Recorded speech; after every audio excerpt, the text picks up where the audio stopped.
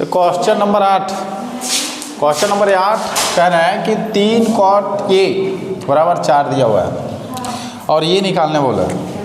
ठीक है, ये सिद्ध करके बताने बोले कि दर्शाइए कि इतना होगा। ये दिया हुआ है, ये सिद्ध करना है, दर्शाना है। तो ये 3 जो है सो गुना में है, इधर आएगा तो क्या हो जाएगा, भागा में हो जाएगा। यानी cot A बराबर क्या हो जाएगा, 4/3।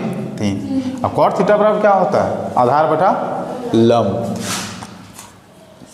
यानी कि ये आधार है और ये क्या हो गया, लंब। आधार लंब हो गया। अब हमें क्या और जानना है, कर्ण निकालेंगे कितना आएगा, 5। देखो मान बैठाओ, आधार का मान, कलम का मान, और ये हिसाब करके आएगा 5। ठीक है।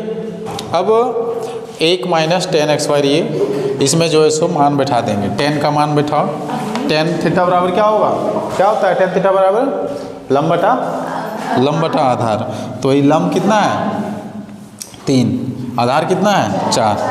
तो cot का उल्टा हो जाएगा 3/4 के होल XY 1 + 3/4 के होल XY। और cos थीटा बराबर क्या होता है, आधार बटा कर्ण। आधार कितना है 4, कर्ण कितना आया 5, तो 4/5 के होल XY। साइन थीटा बराबर क्या होता है, लंब बटा कर्ण, यानी 3/5 के होल XY। अब इसमें कैलकुलेशन करो, देखो 3 का 9, 4 के 16, 9 16, और इधर 16, 5 25, 3 के 9, 5 के 25। ये आ जाओ इधर, 16 - 9/16 होगा इस ऊपर में। फिर ये नीचे हो जाए 16 + 9/16, और इधर 7/25। 16 में 9 खर्च हो जाएगा, 7 बचेगा, और ये 25, यानी 7/25। अब 16 में 9 खर्च 7, 16 9 25, इधर 7/25, और इधर भी 7/25, यानी LHS बराबर RHS। अभी रुको, अब दूसरा क्वेश्चन नंबर 9 यह कहता है त्रिभुज ABC में कौन B क्या है, समकोण है।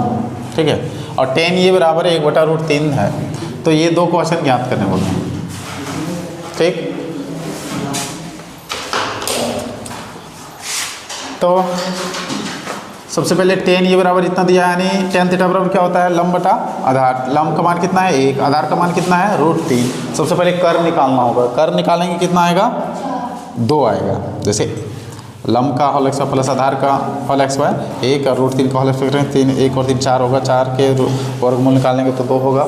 ठीक है।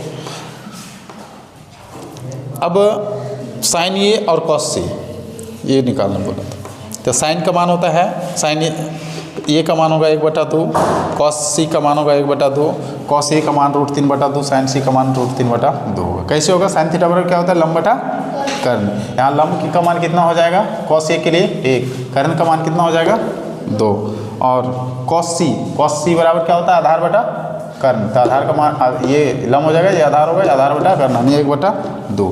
कॉस A का मान ले लेंगे, तो कॉस A का मान ये √3/2 हो जाएगा, और साइन C यहाँ से लेंगे तो ये लंब, ये आधार है ना, यानी √3/2।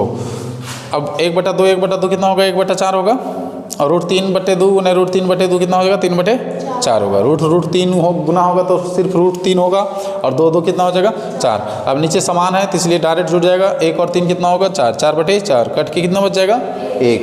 अब दूसरा क्वेश्चन पूछा है cos C sine A sine C। तो कॉस A का मान √3/2, कॉस C का मान 1/2 हो जाएगा, और साइन A का मान 1/2, और साइन C का मान √3/2। यहाँ पर माइनस है, देखो तो माइनस के इधर और माइनस के इधर देखो सेम चीज़ है। तो ये प्लस में हो जाएगा, ये माइनस में होगा, तो क्या हो जाएगा, घट जाएगा ना। कुल मिला के क्या बचेगा 0। इस तरह से ये निकल गया। किसी को कुछ पूछना है, कहीं कोई डाउट नहीं, चलो ठीक है। 2 बार समझा रहे हैं तो क्या डाउट है।